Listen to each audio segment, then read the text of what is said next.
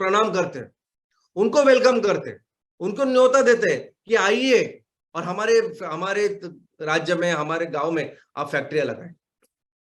यानी east India company को आज हम लोग ऐसे पूरा रेड कारपेट बिछा करके कि आप आइए और करिए, इस तरह की परिस्थिति आज। हो सकता है कि कल हम लोग जो कर रहे हैं वैसे सेम करने के लिए ये लोग, बाहर के लोग इधर आए, या बाहर के लोग यहाँ के जो मुखौटे हैं वो पहन के इधर आए। तो क्या करना होगा आने वाले दिनों में? तो हमें ये जो काम है ना, ये एक आंदोलन जैसे करना होगा। आंदोलन कैसे करते लोग? एक बार आपने आंदोलन छेड़ा तो तब तक आप नहीं रुकते जब तक आपकी जो चीज है वो पूरी नहीं हो जाती। वैसे काम करना पड़ेगा। ये 3,000 करोड़ का जो रेवेन्यू तैयार करना है ना, माल तैयार करना और उसको बेचना है, वैसे करना पड़ेगा आंदोलन जैसे, कि तहसील में हर कोई व्यक्ति, हर कोई जो परिवार है वो इस आंदोलन का हिस्सा बने, ऐसा काम करना पड़ेगा। इनफैक्ट ये जो पर्यावरण के लिए आंदोलन है, ये धरती माँ को बचाने के लिए आंदोलन है, उसके लिए हजारों संस्था है पूरी दुनिया में, करोड़ों लोग हैं जो चाहते हैं करने के लिए। शायद इस आंदोलन में वो आपका साथ दे, हमारा साथ दे और इसको आगे बढ़ाए। लेकिन हमें ये आंदोलन हमारे किसानों के लिए भी करना है, हमारे खेती के लिए करना है। हमारे जमीन में, हमारे तहसील में जितनी भी जमीन है, 1 इंच जमीन भी नहीं रहनी चाहिए कि जहां हम लोग कुछ कर नहीं रहे, जहां से 2 पैसे किसानों को नहीं मिल रहे। वो भी एक तरह का आंदोलन है। इसके लिए नहीं मिलेगा शायद कोई आपको आजू बाजू में कोई संगठन, कोई ऐसा दिखाई नहीं देगा आपको जो किसानों के लिए, खेती के लिए इतना कुछ काम कर रहा है। वो हमें ही करना पड़ेगा। ये जो हम इकोनॉमिक कैंपेन, ये जो हर तरह की जो फैमिली हमारे तहसील में आज रह रही है, यानी अलग अलग परिस्थितियों में रह रही है, डिफिकल्ट परिस्थिति में रह रही है, हर इस फैमिली के परिवार के लिए हमें एक अच्छे रिस्पेक्टेबल इनकम के लिए जो आंदोलन करना है, उसके लिए भी शायद कोई नहीं रहेगा। लोगों को नहीं फर्क है पड़ता इन लोगों से, ये लोग कैसे जीते हैं, लेकिन हमें फर्क पड़ता है। और हमें जो आंदोलन करना है इन लोगों के लिए है। यानी जब इस आंदोलन की शुरुआत हो तो तब तक आपको रुकना नहीं है जब तहसील का हर एक परिवार है उसको अच्छा इनकम हम लोग नहीं दिलाते। और दोस्तों, ये इतनी सारी जो आबादी है, ऑलरेडी हम लोग बन चुके हैं दुनिया के नंबर 1 आबादी। चाइना के आगे ऑलरेडी निकल गए हैं। कौन कौन उनका ख्याल रखेगा, मुझे बताइए। इनफैक्ट ये अपनी ताकत है, इसको अगर ऐसी तरह समझते हैं तो ये सभी बिजनेस में एक बहुत बड़े प्रोडक्ट्स का, एक बहुत बड़े इकोनॉमी का निर्माण हम लोग कर सकते हैं। और इसके लिए ना कॉन्शियस एफर्ट करने पड़ेंगे, इसके लिए आपको फोकस्ड एफर्ट करने पड़ेंगे।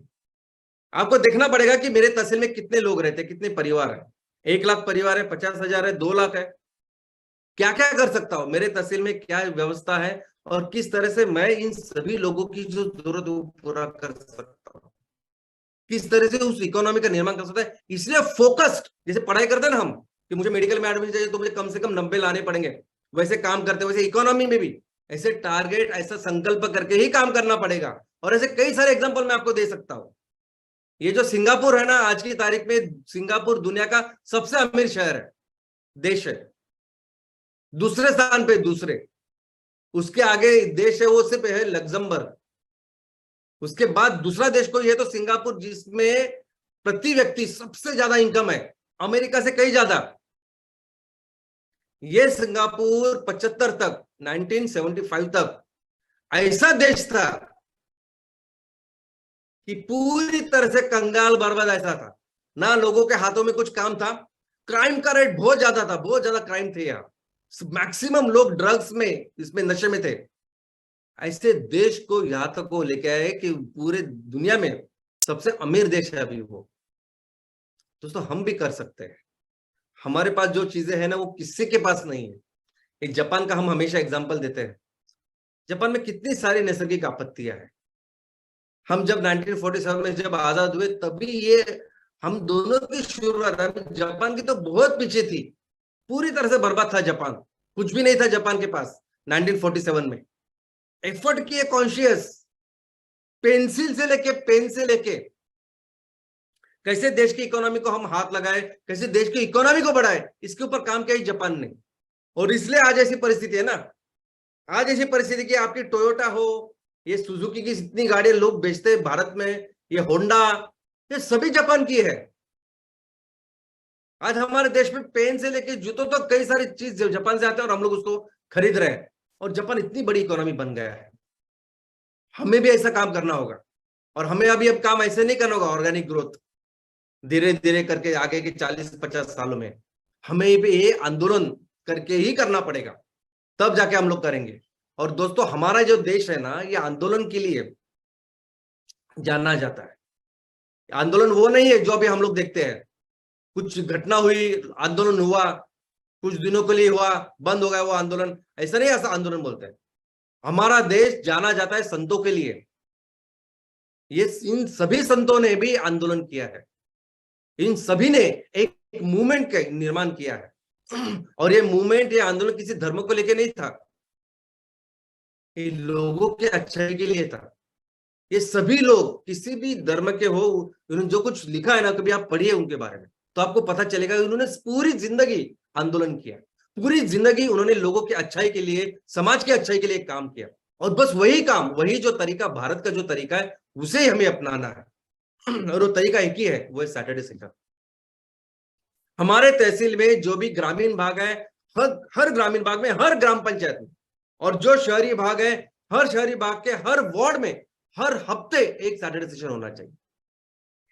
हमारे उद्योजक खड़े होने चाहिए और उन्हें बताना जाए किस तरीके से हम अपने तहसील में रहने वाले सभी लोगों के लिए रोजगार का निर्माण करेंगे, अच्छी आमदनी का निर्माण करेंगे। हर फैमिली को हम कैसे मिनिमम रिस्पेक्टेबल इनकम मिला के देंगे। ये एपीएल बीपीएल वाला सिस्टम नहीं है, below poverty line, poverty line, एक अच्छा रिस्पेक्टेबल इनकम देंगे।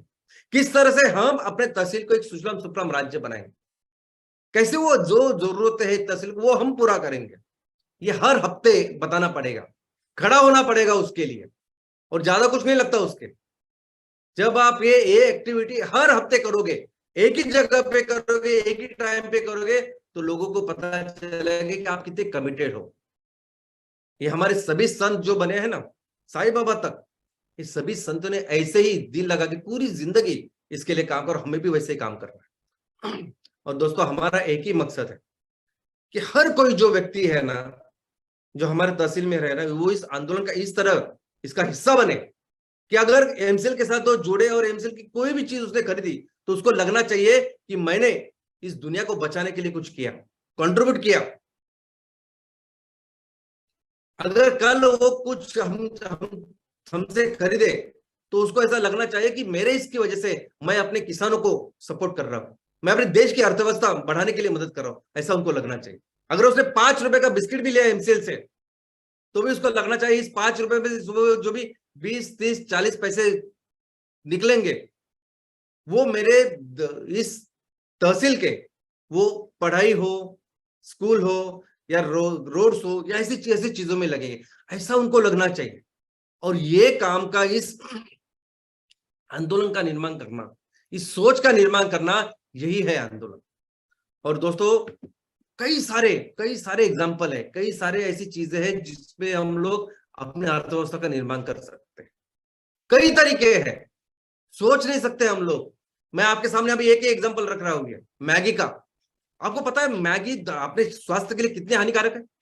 ये मैगी जिस आटे से बनती है, जैसे खाते हैं, वो बराबर डाइजेस्ट भी नहीं होता जल्दी। और इसमें जितना ग्लूटामेट और लेड निकला था, 2014-15 में बैन लगाई थी इसके ऊपर मैगी। फिर भी इस मैगी ने 2019 में 12,000 करोड़ से भी ज्यादा करोड़ की मैगी बेची सिर्फ अपने भारत देश में। जबकि हमारे देश में ये जो सरसों है, ये जो ज्वार है, ये बाजरी है, नाचनी है, जो सदियों से हम लोग खाते आ रहे हैं, ये सुपर फूड है। यानी पूरी दुनिया में लोग अभी इसके ऊपर रिसर्च करते हैं ना, तो वो कहते हैं कि ये सुपर फूड, इतनी सारी चीजें हैं। और हमको लोगों को यही बताना कि वो मत कहिए, अच्छा खाइए आप, क्या सही है क्या गलत हो दिखाइए आप, लोग करेंगे। आंदोलन का मतलब क्या है? कुछ बेचना नहीं है, लोगों को क्या सही है क्या गलत वही बनना है। इससे अपने आप वो इकोनॉमी का निर्माण होगा। आज के साल में भी देखोगे तो 3 महीने में इस मैगी ने, इस नेस्ले ने 4,000 करोड़ से भी ज्यादा का माल बेचा है। इसका मतलब इस साल में भी उसने 16,000 करोड़ से भी ज्यादा मैगी दुनिया में, हमारे देश में बेची है। तो सोचिए, सिर्फ मैगी की बात कर रहे हैं हम लोग। इस मैगी को भी रिप्लेस करेंगे तो 16,000 करोड़ जो किसी के पास जा रहे हो अपने पास आएंगे। आप सोच रहे हैं, किसानों के पास जाएंगे। और ये सिर्फ उसकी बात नहीं है, कई सारे ऐसी चीजें जो आज चाइना से आ रही है, बाकी के देशों से आ रही है, और उसको आराम से रिप्लेस कर सकते हैं हम अपने तहसील में, हमारे लोग जो बनाएंगे उस चीजों से। कितने सारे ऐसी चीजें जिसको रिप्लेस कर सकते हैं हम, हमारे तहसील में बन सकती है ऐसे लोग, हमारे तहसील में रहने वाले परिवार इसको बना सकते हैं, उनको अच्छी आमदनी मिल सकती है। और इतना ही नहीं, ग्राहकों का सबसे ज्यादा फायदा इसमें, एक तो उनको सस्ती मिलेगी, अच्छी मिलेगी, उनका सेहत का ख्याल रखेंगे, हमारे परिवार का ख्याल रखेंगे हम, इतनी अच्छी इको फ्रेंडली चीजें सब कुछ। तो दोस्तों यही काम हमें करना है, और हमें देखना है कि हमारा पोटेंशियल, देखो हमारा पोटेंशियल ऐसा, मैं जब भी 3,000 करोड़ की बात करता हूँ, ये हमारा नेचुरल पोटेंशियल है। सिर्फ फोकस करके अगर हम इससे काम करें ना, तो ये हिमालय है जो जो हमारा पोटेंशियल है। हमारा पोटेंशियल है कि दुनिया की सबसे बड़ी अर्थव्यवस्था हम बन सकते हैं। कोई नई बात, कोई मनगढ़ंत बात मैं आपके सामने नहीं रख रहा, ये हमारा नेचुरल पोटेंशियल।